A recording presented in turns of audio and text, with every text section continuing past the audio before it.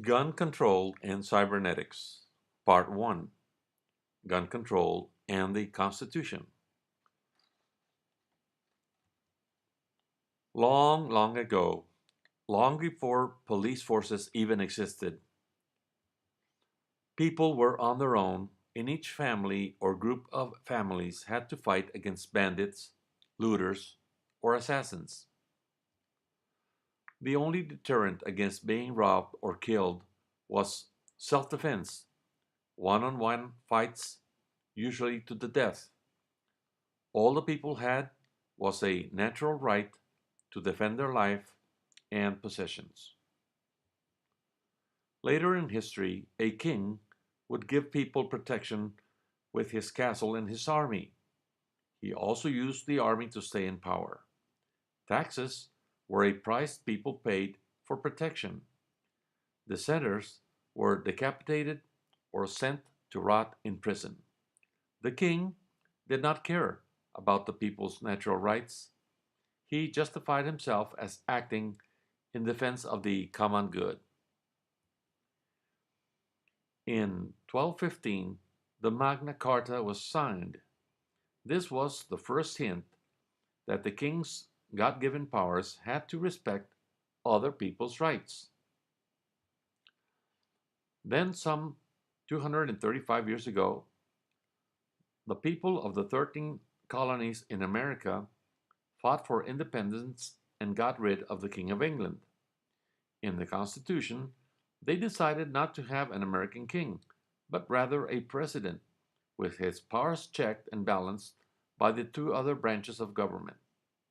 Studying this graph, we can say that the Founding Fathers were applying cybernetic control ideas well before the science of cybernetics appeared.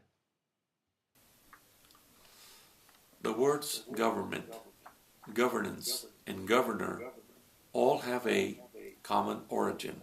The word Kubernetes in Latin, meaning the steersman. In Greek, it's kybernetes, used to create the word cybernetics for the science of governance, the science of control and communications in the animal and the machine. Cybernetics is also the science of effective organization. It deals with very high, complex systems such as computers or brains or large organization. It connects us to the world of biology, and therefore it is a much richer language than the checks and balances of political science.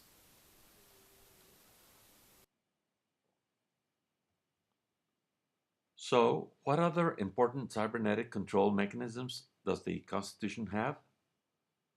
The Bill of Rights, telling the government what it cannot do, a way of establishing complementary sources of the people's control. As part of the Bill of Rights, the Second Amendment recognized the people's right to keep and bear arms. It is not there to protect the right to go hunting and fishing, but clearly as a safety valve against arbitrary government. From a cybernetic perspective, the Second Amendment is a very crucial and primary source of constitutional balance, even though the other controls laid out to work between each of the three branches of government are much better known. In this particular amendment, the text of the Constitution is making sure there is a balance between the people and the government as a whole. Only an armed militia by the people can provide this balance.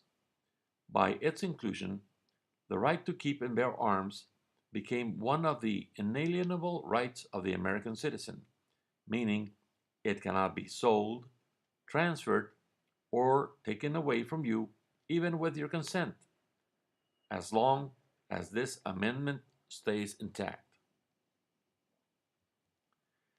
It is the people's obligation, as reciprocity towards the Constitution in order to preserve the United States of America as a free country, to make sure that the internal balance of power is not lost. The government must not be allowed to take away what are very basic rights, so that dictators, such as the ones shown here, do not come into power. All of them banned guns. Our first conclusion is the Founding Fathers created many practical, self-balancing cybernetic mechanisms and put them to work on the side of the people. Among them, the right to keep and bear arms.